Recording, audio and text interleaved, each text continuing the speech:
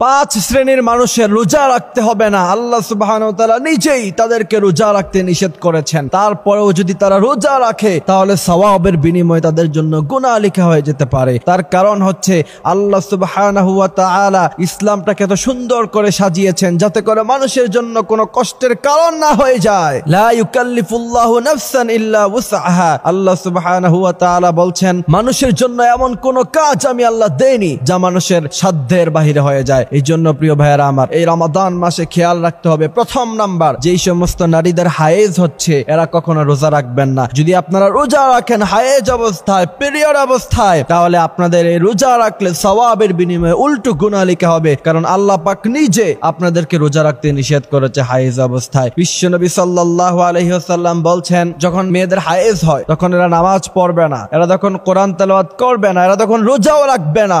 এরপরেও যদি কেউ রোজা রাখতে চায় তাহলে তার জন্য গুনাহ লেখা হবে। দ্বিতীয় নাম্বার, এমন অসুস্থ ব্যক্তি ডাক্তার তাকে বলেছে যে আপনি রোজা রাখলে আপনি আর অসুস্থতা বেড়ে যাবে, এরপরেও আপনি ডাক্তারের কথা অমান্য করে আপনি রোজা রাখলেন, আর তার কারণে যদি আপনার অসুস্থতা বেড়ে যায় তাহলে সেই রোজার বিনিময়ে আপনার জন্য সওয়াব তো লেখা হবেই না, উল্টা গুনাহও লেখা হতে পারে। তার কারণ হচ্ছে আল্লাহ পাক স্পষ্টভাবে বলছেন ওয়ালা তুলকু বিআইদিকুম ইলাত তাহলুকা, এমন কোন কাজ তোমরা করো না যার কারণে তোমাদের জীবন হুমকির মুখে পড়ে যায়। খুব বেশি খেয়াল রাখতে হবে প্রিয় ভাইরা আমার। তৃতীয় নাম্বার হচ্ছে মুসাফির, এমন মুসাফির সফর করতে করতে প্রচন্ড পরিমাণে ক্লান্ত হয়ে পড়েছে। তবে বর্তমানে যেই সফর আমরা ফ্লাইটে করি, বিমানে করি, এরপর রেল পথে করি, তারপরে হচ্ছে গাড়িতে করি, মোটর বাইকে করি, এই সমস্ত সফরগুলি অতটা কষ্টদায়ক না যতটা কষ্টদায়ক মরুভূমির মধ্যে প্রচন্ড রৌদ্রের মধ্যে হেঁটে হেঁটে সফর করা। যদি ওইরকম ভাবে কারো কষ্ট হয়ে যায় সফর করতে করতে তাহলে সে তখন চাইলে রোজা ভাঙতে পারবে, তার তখন রোজা রাখা লাগবে না, পরবর্তীতে কাজা করবে। চতুর্থ নাম্বার হচ্ছে গর্ভবতী মা।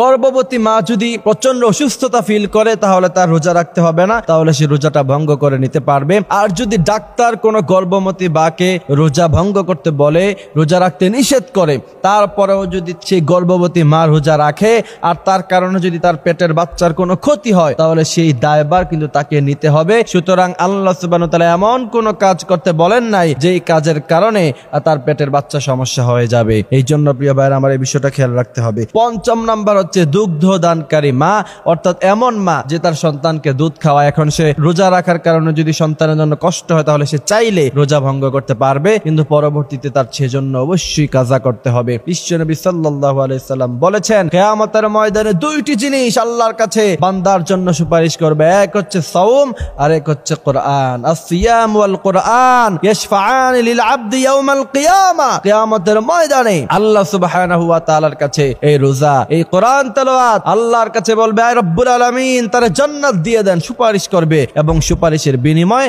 আল্লাহ সুবহানাহু ওয়া তাআলা অবশ্যই জান্নাত প্রদান করে দিবেন। আল্লাহ পাক আমাদেরকে এই কথাগুলি বোঝার মানার তৌফিক দান করুক, আমিন।